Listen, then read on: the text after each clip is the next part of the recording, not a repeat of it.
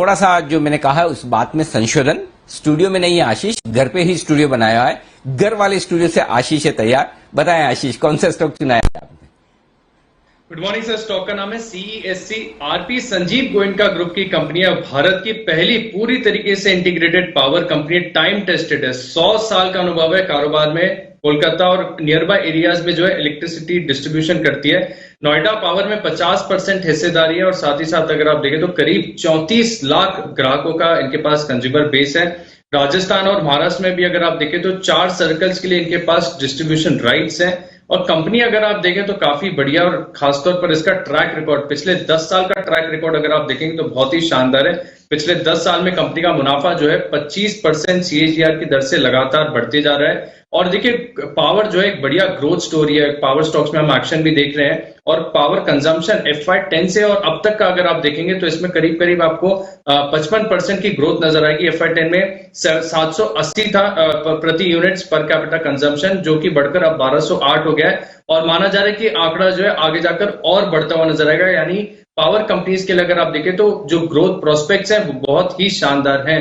देखिए स्टॉक में खासियत है कि जो इंस्टीट्यूशनल इन्वेस्टर्स हैं इनका भरोसा स्टॉक पर काफी ज्यादा है। FIS करीब 14.7% हिस्सेदारी इस कंपनी में होल्ड करते हैं। जो डोमेस्टिक इंस्टीट्यूशनल इन्वेस्टर्स हैं वो 23.84% हिस्सेदारी होल्ड करते हैं। यानी कुल मिलाकर देखें तो जो संस्थागत निवेशक हैं, इंस्टीट्यूशनल इन्वेस्टर्स हैं, वो 38.54% की जो हिस्सेदारी है इस कंपनी में होल्ड करते हैं। ग्रोथ प्रोस्पेक्ट्स तो मैंने आपको बताया बहुत शानदार है। ट्रैक रिकॉर्ड काफी बढ़िया, टाइम टेस्टेड कंपनी है। लेकिन कंपनी के जो वैल्यूएशंस है वो बहुत बढ़िया है।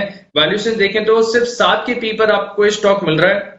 1 times market cap to sales और करीब 1 टाइम्स ही प्राइस टू बुक है। 14% का रिटर्न ऑन इक्विटी का जो है ट्रैक रिकॉर्ड है। और इतने शानदार फंडामेंटल्स वाला स्टॉक आपको अगर आप मौजूदा प्राइस पर खरीदते हैं तो 5.8% की डिविडेंड यील्ड भी मिलती है।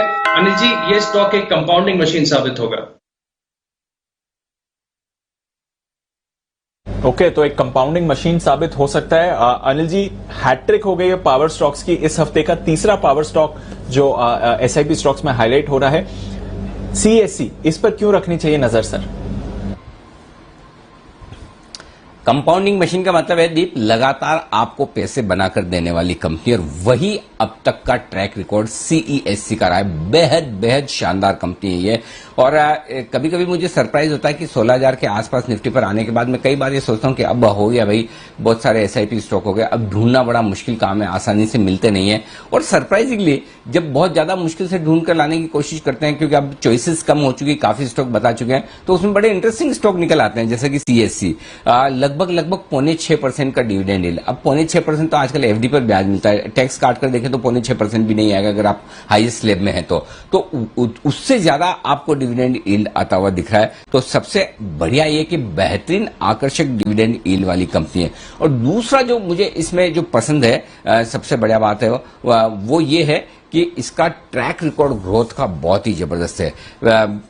पिछले 10 साल से लगातार रेवेन्यू में 10% की ग्रोथ आ रही है, हर साल 10%।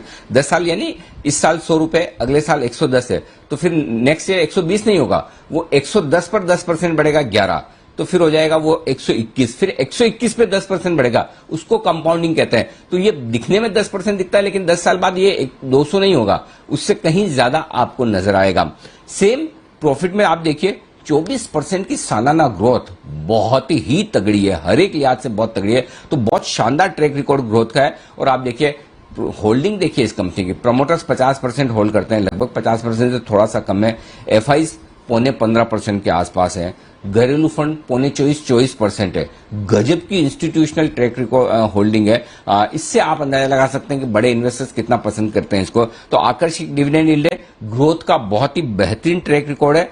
अब एक चीज और, जो 2 बड़े ट्रिगर हैं इस कंपनी के लिए, वो अब क्या है? पहला, पश्चिम बंगाल में चुनाव थे, चूंकि ये पश्चिम बंगाल में बिजली वितरण का कारोबार करती है और ये अकेली कंपनी वहां पर लीडर है, तो अब तक चुनाव की वजह से वहां बिजली के दाम बढ़े नहीं थे। अब चुनाव खत्म होने के बाद दाम बढ़ेंगे। और साथ ही कंजम्पशन, इंडस्ट्रियल कंजम्पशन थोड़ा कम था, डोमेस्टिक कंजम्पशन तो बराबर चल रहा है, क्योंकि इंडस्ट्रियल एक्टिविटी थोड़ी कोविड की वजह से कम हो गई थी, वो भी अब पिकअप करती हुई दिखेगी, तो वहां से ग्रोथ आएगी, तो दाम बढ़ने से इनकी प्रॉफिटेबिलिटी और बढ़ने की पूरी संभावना। तो ये तीसरा कारण है।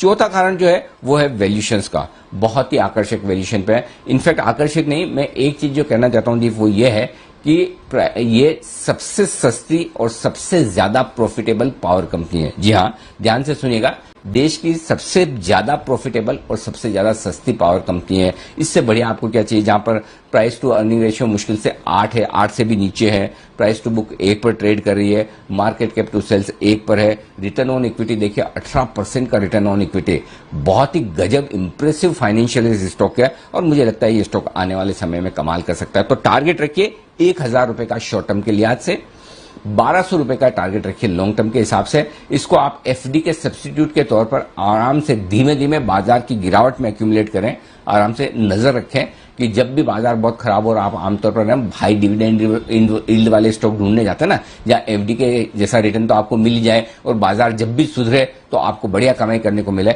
ये स्टॉक उस कैटेगरी में एकदम फिट होता है। मेरे ख्याल से कुणाल जी राकेश जी ने भी इसे रिकमेंड किया है। मैं एक बार कुणाल जी के पास चार्ट चेक के लिए आऊंगा और उनसे पूछता हूं उनका क्या व्यू है। उससे पहले अविनाश जी से एक राय फंडामेंटली ली जाए सीईएससी पर। अविनाश जी बताएं सर। इनफैक्ट अनिल जी, आपने सही कहा कि पावर जनरेशन कंपनीज में बहुत तेजी हो गई है, लेकिन ये एक ऐसा स्टॉक है जो काफी समय से अंडर वैल्यूड है। मोस्ट इम्पोर्टेंटली इनका जो लीगेसी हिस्ट्री है वो काफी लंबी है।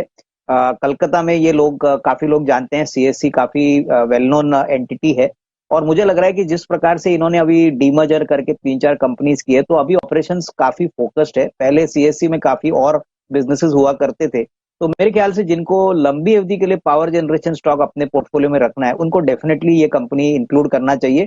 इसमें जरूर रिटर्न्स थोड़े स्टेडी रिटर्न्स आएंगे, लेकिन ये बहुत ही सॉलिड कंपनी है और मार्केट की वॉलेटिलिटी में ऐसे अंडर वैल्यूड कंपनी को अपने पोर्टफोलियो में जरूर इंक्लूड करना चाहिए।